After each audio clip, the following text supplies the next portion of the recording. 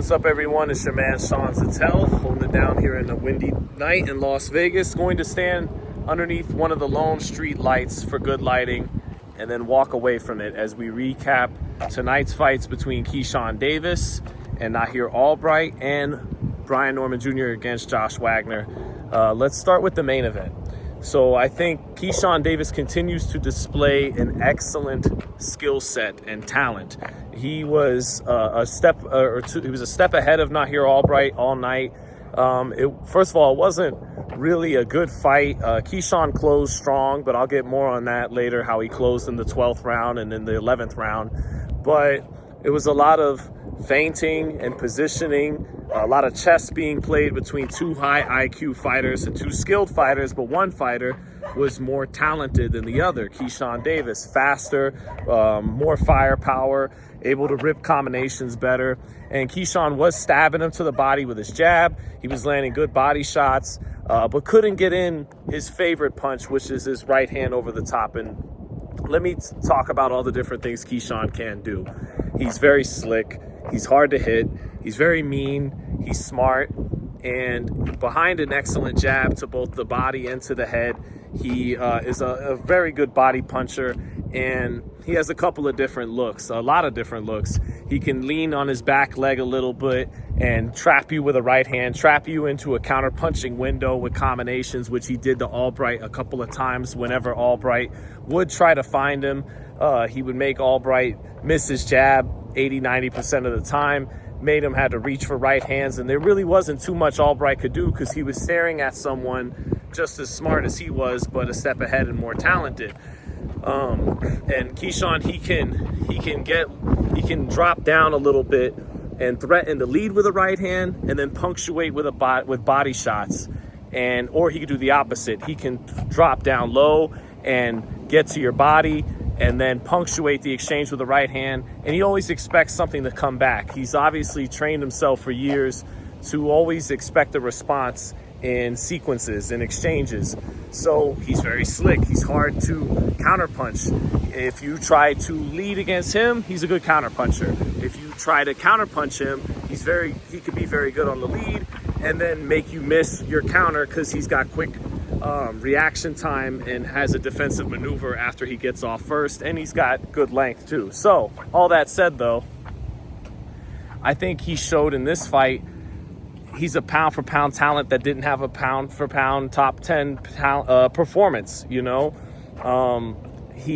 started after 5 rounds of tense work because Albright made him work for everything. Albright didn't give him anything easy. He was going to force him to eat his vegetables all night before he got to the steak and the dessert, which would have been a knockout, which would have been a stoppage, which would have been the highlight stuff he really wanted to get that he didn't get to until the 11th and 12th round. And in the 6th round, he did do that. He was starting to break him down to the body, but he got away from it. And his focus and his spite came in spurts in this fight. Well, I mean, he was spiteful throughout, but not always composed. He calls himself the businessman. Part of being the businessman is being professional, and he wasn't always professional in this fight. So in the 6th round, right after a tense first 5 rounds where he's up 5-0, but Albright, there's not a huge gap. Albright is making him work throughout, making him fight honest, making him stay on his stay on his toes a little bit, so to speak.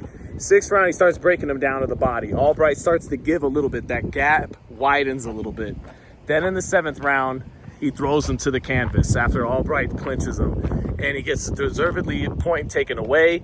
And that's where it was like a wane in focus. And Terrence Crawford, who Keyshawn has some similarities to, he's a wiry puncher.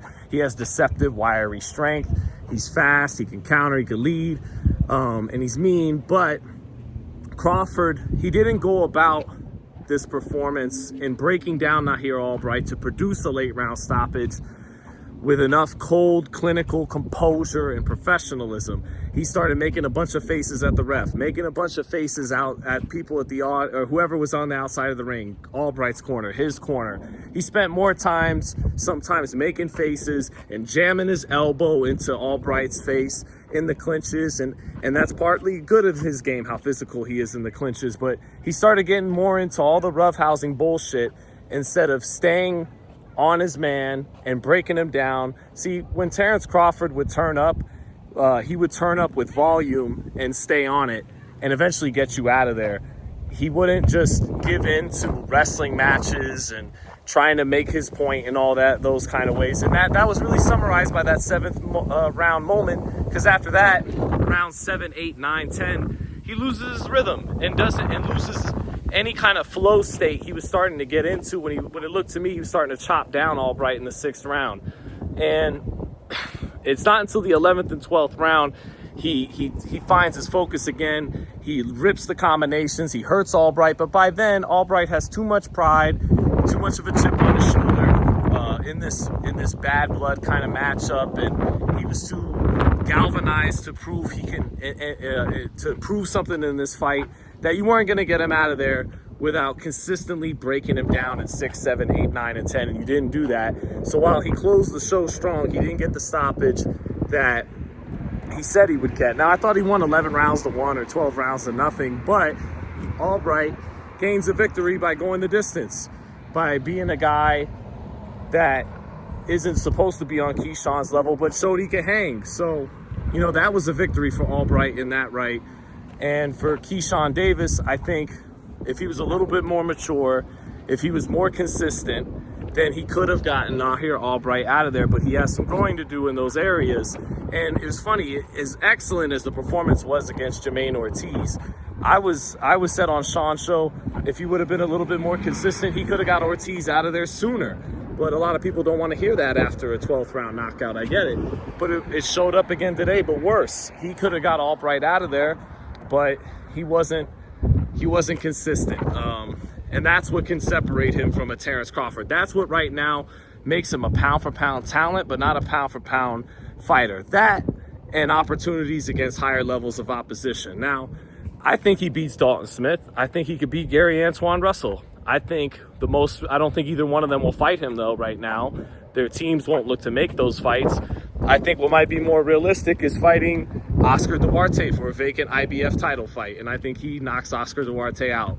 Now, but welterweight, when you look at Devin Haney, Ryan Garcia, and Brian Norman too, I think Devin Haney, Ryan Garcia, Brian Norman, Rolly Romero, that's your top 4 welterweights in that order. I've had it Haney 1, Garcia 2. They got to rematch each other to see who's really better and settle that score. See who's the best welterweight, see who's better head to head.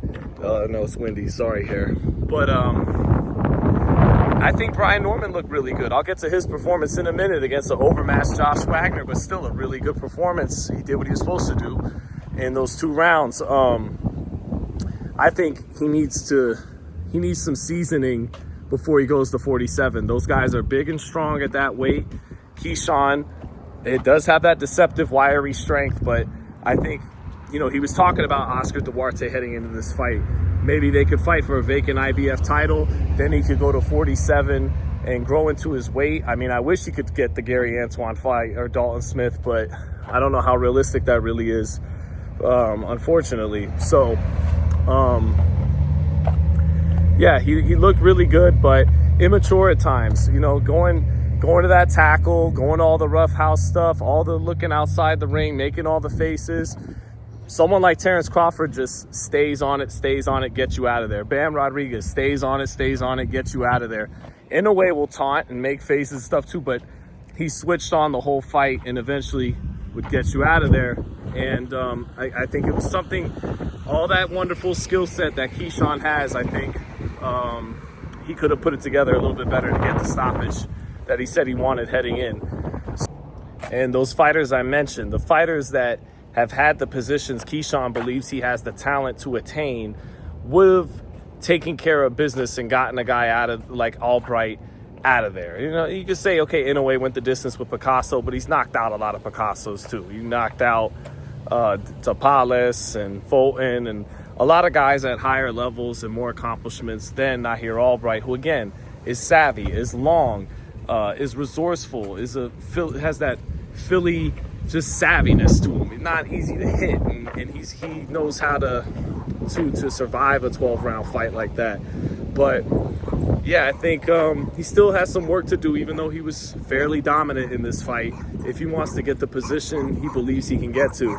And I think right now, if he moved up to 47 and they signed a contract right now, you know, I would favor Devin Haney to beat him. I think Ryan Garcia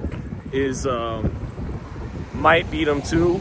I think even Brian Norman right now might be able to beat Keyshawn Davis at 47, even though he has more pedigree and more overall skill than Brian Norman. But Brian Norman looked really good tonight, and I liked the first outing with Ronnie Shields. He had a different look. The lead hand low, the up jab. It was almost like he saw how effective Devin Haney's up jab was against him and was like, I need to use that more. Because Brian Norman actually has a really good jab, an underrated jab. I always felt that. And that got overshadowed in the decisive loss to Devin Haney. But he has an excellent up jab. And by the way, with Ryan Garcia and Devin Haney, I think overall, Keyshawn Davis has more of a skilled offensive repertoire than they do, but they're a little bit bigger and more seasoned than him right now. They're filled out at 147. They've had way more championship fights than Keyshawn Davis, and that's why I'm saying go ahead and get a title at 140 and then grow into the 147 weight class in the next year or so, year and a half, year or two, and then build your profile, and then realistically you could get maybe a Devin Haney or Ryan Garcia fight. But right now, those guys are a little bit bigger than him, and even though they're all the same age, because he started later than them coming out of the Olympics, they have more professional seasoning than he does and experience than he does right now. So, but that said, Keyshawn has a lot of talent and a lot of skill. I mean, he has a lot of tools. And if he would have put them together a little bit more consistently and mature tonight, he would have stopped Nahir Albright. And if he does that in the future, he could beat those guys I just mentioned potentially. But right now, that's my thoughts on it. And Brian Norman, man, if he still has that electrifying power, and his hand speed looked really sharp. I like the new look to his stance under Ronnie Shields. Right hand by the chin, lead hand low. It looks sharp. Yeah, it was against overmatched Josh Wagner, someone we had never heard of. And he's still got that great charisma and personality. If Ronnie Shields, and he's only 25, so he still has room to grow. If Ronnie Shields can add a straight right hand to Brian Norman, because Brian Norman has a chopping right hand, he has an uppercut, but he doesn't have a straight right hand to go with his jab. And if we still didn't have to see really any head movement from Norman, even though the lead hand was low, and that looked good. But if Norman can work on his head slots a little bit, you know, where he's punching from, and if he can work on his head movement a little bit, he could really be a fucking problem and take a run at taking over the welterweight division. Could still be a huge player in the division. You know, I think he's a top 4 welterweight behind Haney and Garcia right now, alongside, you know, Rolly Romero. So that's my thoughts on the fights. Honestly, it's me recapping a bunch of shit I already said on my live, which I probably said better and more in depth. So if I sound like I'm rambling on a little bit, it's because I'm trying to cram in all the points I made on my live more succinctly back onto this little reaction video. So from Vegas, much love to everybody, and see you guys at the next one. Peace.